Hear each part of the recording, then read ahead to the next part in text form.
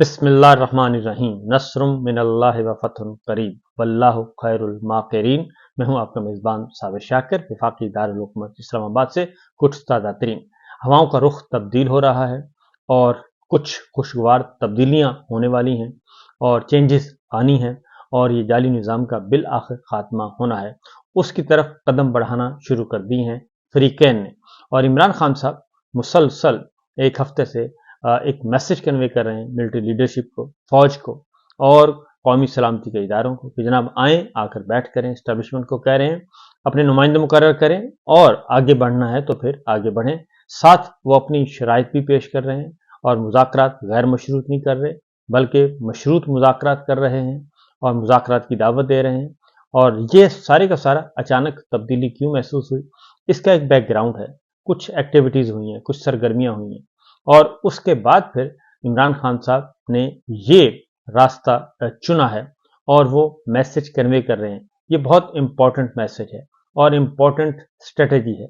इसका बैकग्राउंड मैं आपको कुछ देर में बताता हूँ। उससे पहले क्योंकि 9 मई के मुकदमात 9 मई के हवाले से पाकिस्तान की अदालतें वो नहीं मान रही इस बात को, जैसा कि DGISPR कहते हैं कि हमारी बात मानी जाए और जो हम कहते हैं सजाएं सुना दें। अदालतें जो हैं वो खाली लाहौर हाई कोर्ट है, इस्लामाबाद हाई कोर्ट है, सुप्रीम कोर्ट ऑफ पाकिस्तान है, वो नहीं मान रहे। और अलबत्ता मातहत अदालतें हैं, वो डिस्ट्रिक्ट कोर्ट्स हैं, वहाँ पे अभी तक प्रेशर मौजूद है इंसदाद दहशतगर्दी की अदालतों में। कुछ जज साहिबान हैं जो खड़े हो गए हैं, वो डटे हुए हैं, लेकिन कुछ जज साहिबान हैं अभी भी वो कंप्रोमाइज्ड हैं और वो प्रेशर कबूल कर रहे हैं। बहरहाल इमरान खान साहब ने अब लाहौर हाई कोर्ट से रुजू किया है 9 मई के 12 मुकदमात, जिसमें लाहौर हाई कोर्ट ने उनका जो शुरू कर दिया है, इन्वेस्टिगेशन शुरू कर दी गई थी और उनके नाम डाल दिए गए थे ज़िमनियों में और उनको नॉमिनेट कर दिया गया था। तो वो सारे का सारा रिमांड दे दिया गया था, जिस्मानी रिमांड दे दिया गया था, पुलिस तहकीकात कर रही थी। तो लाहौर हाई कोर्ट ने वो सारे का सारा सेट असाइड कर दिया, कलअदम कर दिया और अब इमरान खान साहब ने उन 9 मई के 12 मुकदमात में ज़मानत बाद गिरफ्तारी के लिए दरख्वास्त दे दी है और उसकी हियरिंग होनी है और इसका ज़्यादा से ज़्यादा हफ्ता 10 दिन के अंदर अंदर इन मुकदमात के फैसले हो जाने हैं, क्योंकि इनमें 9 मई के 12 मुकदमात में इमरान खान साहब की ज़मानत होनी ही है। उसकी वजह यह है कि जो लाहौर हाई कोर्ट के डिवीज़न बेंच ने, जस्टिस अनवार साहब ने और जस्टिस तारिक सलीम शेख साहब ने जो ऑर्डर लिखा है उसमें बड़ा कैटेगोरिकली बता दिया है कि जनाब कोई सबूत भी नहीं है इस्तगासा के पास, गवर्नमेंट के पास 9 मई के हवाले से इमरान खान साहब के खिलाफ कोई भी सबूत नहीं है सिवाय एक सब इंस्पेक्टर के एक स्टेटमेंट के, और वो भी वर्बल स्टेटमेंट है कि मैंने सुना। तो लिहाजा ये बात क्लियर हो गई है। उसके बाद डिजिटल दहशतगर्दी को भी अदालतें मानने के लिए तैयार नहीं है, जैसा कि DGISPR कहते हैं कि जैसा हम कहेंगे बस वैसा कर दें। तो अदालतें वो भी नहीं कर रही। कल रऊफ हसन साहब तहरीक इंसाफ के सीनियर रहनुमा हैं, उन्हें जुडिशल रिमांड पर जेल भेज दिया गया और उनके बारे में पहले कहा गया था, पहले 2 दिन का रिमांड लिया गया, फिर 2 दिन का लिया गया, लेकिन कल मजीद 5 रोज़ा रिमांड की इस्तदा की गई थी। तो जो हुक्म जारी किया गया है ट्रायल कोर्ट ने, तो उसमें उन्होंने बता दिया कि तफ्तीशी अफसर के मुताबिक मुल्ज़मान की निशानदेही पर मजीद मुल्ज़मान को गिरफ्तार किया जाना है, छापे मारे जाने हैं, इसलिए इनको रऊफ हसन साहब का मजीद रिमांड चाहिए। लेकिन तफ्तीशी अफसर की जानिब से मुल्ज़मान के मजीद जिस्मानी रिमांड के लिए तसल्ली बख्श जवाज़ पेश नहीं किया गया और तफ्तीशी अफसर की जानिब से मुल्ज़मान के जिस्मानी रिमांड की सज़ा मुस्तरद की जाती है। तो उन्होंने इस्तदा मुस्तरद कर दी और ये कहकर मुस्तरद कर दी कि इस्तगासा अपना जो सरकार है, गवर्नमेंट है, वो कोई सॉलिड रीज़न नहीं पेश कर सकी, पुलिस जो है, कि जनाब इनका रिमांड चाहिए तो क्यों चाहिए। लिहाजा रऊफ हसन साहब जो हैं वो पहुंच गए जेल और उनकी अब बाद गिरफ्तारी जो है वो ज़मानत होनी है, क्योंकि एक हवा खड़ा किया गया डिजिटल दहशतगर्दी का। उनके ताने बाने जोड़े गए इंडिया के साथ, गैर मुल्कियों के साथ, और उनका टेलीफोन का रिकॉर्ड, और ये सारा एक लतीफ़ा, एक मजाक बनाया गया। तो हालांकि वो इंतहाई शरीफ नफ्स आदमी हैं, पढ़े लिखे आदमी हैं और उनको मुल्क की सलामती के लिए ख़तरा, और पूरे का पूरा बहुत इंटरनेशनल कोई गैंग बना दिया गया कि जी उसका वो हिस्सेदार हैं। تو یہ صورتحال ہے. تو لہٰذا یہ ٹائم فش ہو گیا چوتھے دن ہی. اور چوتھے دن جب ان کی تھرڈ پیشی پہ ان کا ریمانڈ نہیں دیا اور وہ چلے گئے ہیں اڈیالہ جیل. ان کو بھیجوا دیا گیا اور وہاں سے ان کی ضمانت ہو جائے گی. تو لہٰذا نہ 9 مئی عدالتیں مان رہی ہیں، نہ ہی ڈیجیٹل دہشت گردی، جیسا کہ DGI-SPR کہتے ہیں کہ بس ہم جو کہہ رہے ہیں وہ مان لیں. پھر جی اسلام آباد ہائی کورٹ میں ہی ایک لارجر بینچ بنا ہوا ہے لاپتہ افراد کا، جبری لاپتہ افراد کا معاملہ ہے. اس میں بھی عدالتیں جو ہیں وہ نہیں مطمئن سرکار سے، انٹیلیجنس اداروں سے. کل بھی بریگیڈیئر صاحبان آئے ہوئے تھے اور بریگیڈیئر جمشید تھے، بریگیڈیئر عثمان تھے، قاضی جمیل الرحمان تھے، ISI، MI، IB، یہ سب کے سب. اور ان کا یہ کمیٹی کو کہا گیا تھا، یہ 3 رکنی کمیٹی ہے، کہ آپ نے لاپتہ افراد کے بارے میں رپورٹ پیش کرنی ہے. تو وہ ابھی تک کوئی آئیں بائیں شائیں ہیں، کچھ بھی نہیں ہے. اور پہلے دائرہ اختیار پہ اٹھایا، اعتراض کیا وزارت دفاع کے نمائندے نے جی دیگر صوبوں کے مقدمات پر اسلام آباد ہائی کورٹ کا دائرہ اختیار نہیں ہے. تو جسٹس طارق جہانگیری صاحب نے کہا کہ وزارت دفاع اور انٹیلیجنس ایجنسیوں کے ہیڈ آفس جو ہیں وہ اسلام آباد میں ہیں، اس لیے آپ ذرا دائرہ کار پہ نہ جائیں تو زیادہ بہتر ہے. تو لہٰذا انہوں نے آرڈر پاس کر دیا ہے اور رپورٹ مانگی ہے، اور جتنے بھی لاپتہ افراد ہیں ان کے بارے میں. اور پھر ڈاکٹر شہباز گل کے بھائی کو 2 دن کے اندر اندر کہا گیا کہ جی ان کو ریکور کریں، اور ان کو یہ جسٹس سمن رفعت امتیاز صاحبہ نے آرڈر پاس کیا ہے. اور اسی طریقے سے یہ تو چیزیں چل رہی ہیں جی، معاملات چل رہے ہیں. اور اس کے بعد پاکستان تحریک انصاف کا دفتر سیل کیا گیا تھا، سیکنڈ ٹائم سیل کیا گیا تھا، اور کھودا پہاڑ نکلا چوا. اور بتایا گیا کہ جی پاکستان تحریک انصاف کے مرکزی دفتر میں آگ بجھانے کا بندوبست نہیں ہے معقول، اس لیے ہم نے سیل کر دیا. تو وہ بھی جسٹس سمن رفعت امتیاز صاحبہ نے آرڈر پاس کر دیا ہے، اور فوری طور پہ دفتر جو ہے وہ ڈی سیل کرنے کا کہا ہے. اور جسٹس سمن رفعت امتیاز صاحبہ نے کہا فوری طور پر مرکزی دفتر جو ہے پاکستان تحریک انصاف کا وہ کھول دیا جائے. اور پہلے بھی بند کیا گیا تھا، عدالت کے حکم پہ اور اس کو کھولا گیا تھا، اب پھر عدالت کے حکم پہ دوبارہ کھلے گا. اور لہٰذا یہ بات بھی جو ہے وہ بات بن نہیں رہی. تو جو اس وقت گورنمنٹ کی پالیسی ہے، گورنمنٹ کے سہولت کاروں کی، کہ پاکستان تحریک انصاف کو کرش کرنا ہے، ڈیمالش کرنا ہے، تو وہ عدالتیں اس بات کو نہیں مان رہی. اسی لیے اب آتے ہیں ذرا ایک اور بڑی خبر کی طرف جو کہ میں نے آپ کو بتانی ہے. اس کی وجہ یہ ہے کہ ان کے پلے تو کچھ نہیں ہے، ان کا تو چل چلاؤ ہے اور بہت زیادہ چل چلاؤ ہے. اس کی وجہ ہے کہ یہ پتن نے ایک رپورٹ دی ہے، ایک غیر سرکاری تنظیم ہے، اور انہوں نے NA 130 کا آڈٹ کیا ہے. NA 130 کا آڈٹ کیا ہے، اور حیران کن طور پر جو اس آڈٹ میں، یعنی کہ NA 130 ہے نواز شریف صاحب کا حلقہ ہے، اور اس میں اتنی دھاندلی کی گئی ہے نواز شریف صاحب کو جتوانے کے لیے، اتنی دھاندلی کی گئی ہے کہ آپ تصور بھی نہیں کر سکتے. یہ میرے سامنے موجود ہے جی سارے کا سارا ڈیٹا جو کہ پتن نے آڈٹ کیا مفصل. اس میں اب آپ کو جو بتانا چاہ رہا ہوں وہ ہیں جناب پولنگ سٹیشنز ہیں.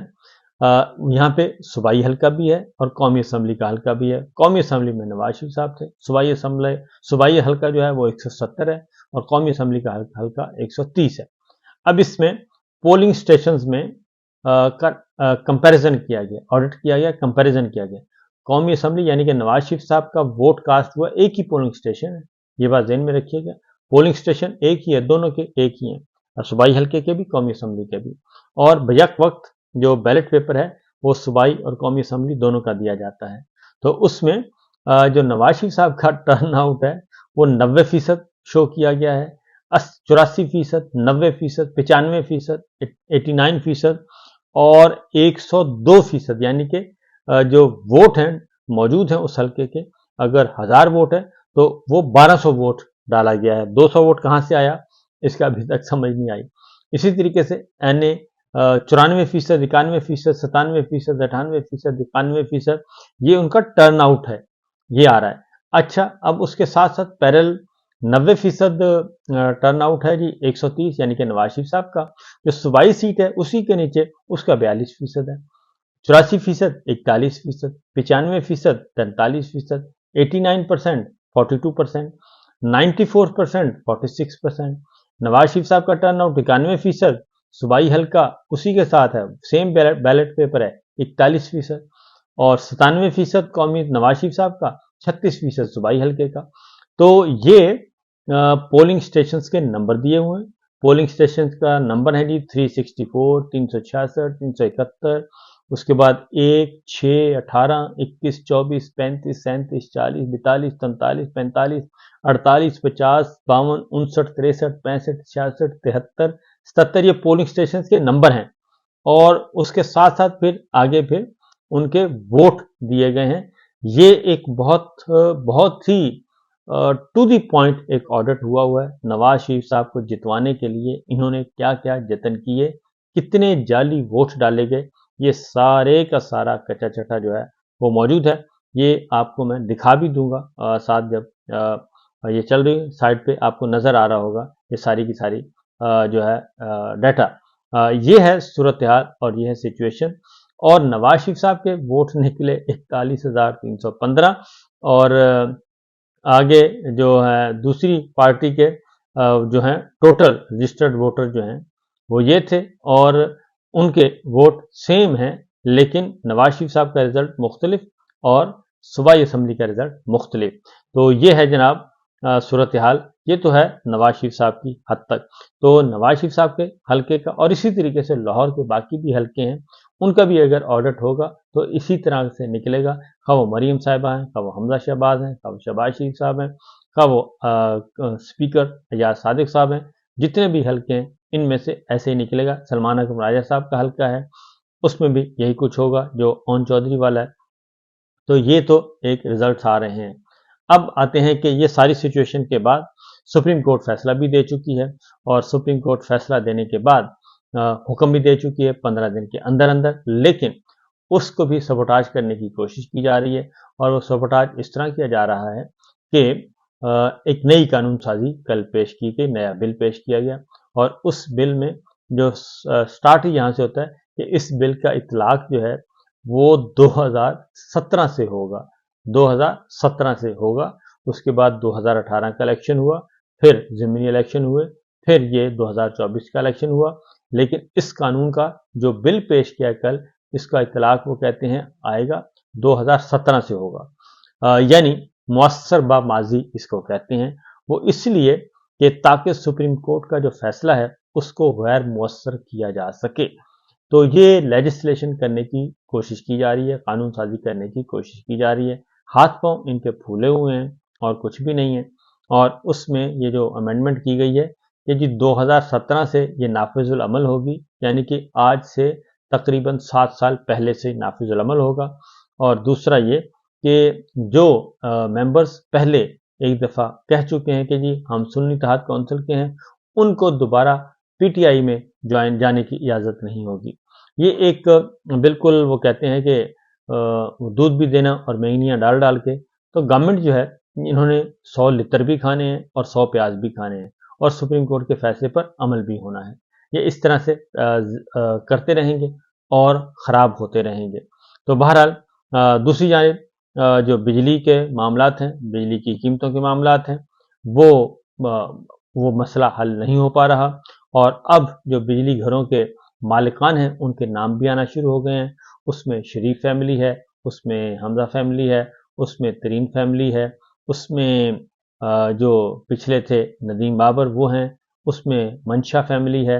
ये सारे के सारे लोग जो हैं वो उसमें ज़ाहिर हो रहे हैं, जिन्होंने कैपेसिटी चार्जेस के तौर पे, कैपेसिटी पेमेंट्स के तौर पे अरबों रुपया, किसी ने 2 अरब लिया है, किसी ने 4 अरब लिया है, किसी ने 6 अरब रुपए लिया है।